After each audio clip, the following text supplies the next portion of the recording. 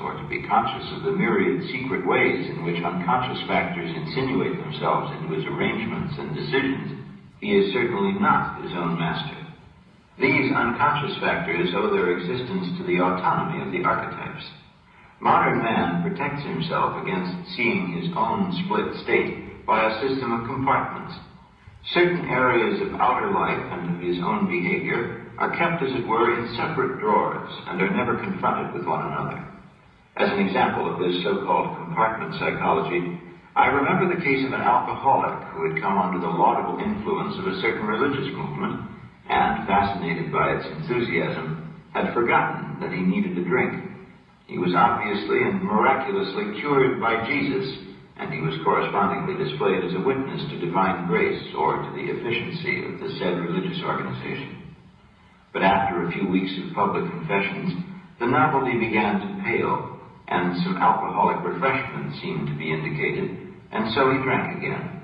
But this time the helpful organization came to the conclusion that the case was pathological and obviously not suitable for an intervention by Jesus, so they put him into a clinic to let the doctor do better than the divine healer. This is an aspect of the modern cultural mind that is worth looking into. It shows an alarming degree of dissociation and psychological confusion. If, for a moment, we regard mankind as one individual, we see that the human race is like a person carried away by unconscious powers, and the human race also likes to keep certain problems tucked away in separate drawers. But this is why we should give a great deal of consideration to what we are doing, for mankind is now threatened by self-created and deadly dangers that are growing beyond our control. Our world is, so to speak, dissociated like a neurotic, with the Iron Curtain marking the symbolic line of division. Western man, becoming aware of the aggressive will to power of the East, sees himself forced to take extraordinary measures of defense at the same time as he prides himself on his virtue and good intentions. What he fails to see is that it is his own vices, which he has covered up by good international manners, that are thrown back in his face by the communist world, shamelessly and methodically. What the West has tolerated, but secretly and with a sense of shame, the diplomatic lie, systematic deception, veiled threats, comes back into the open and in full measure from the East and ties us up in neurotic knots. It is the face of his own evil shadow that grins at Western man from the other side of the Iron Curtain. But all such attempts have proved singularly ineffective, and will do so as long as we try to convince ourselves and the world that it is only they, that is, our opponents, who are wrong.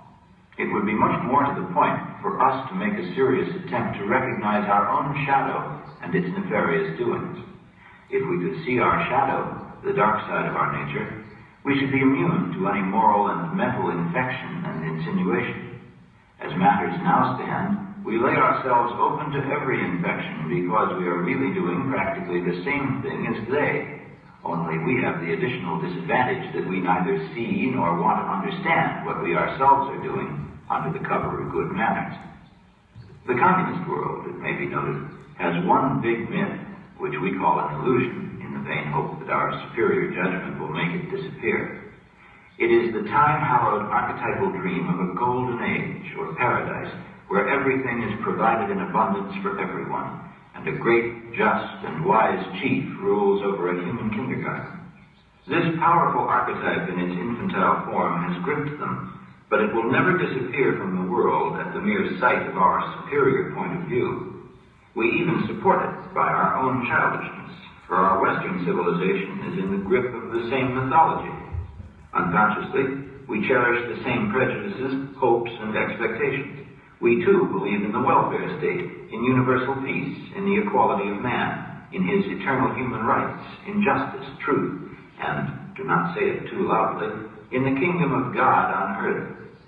The sad truth is that man's real life consists of a complex of inexorable opposites, day and night, birth and death, happiness and misery, good and evil.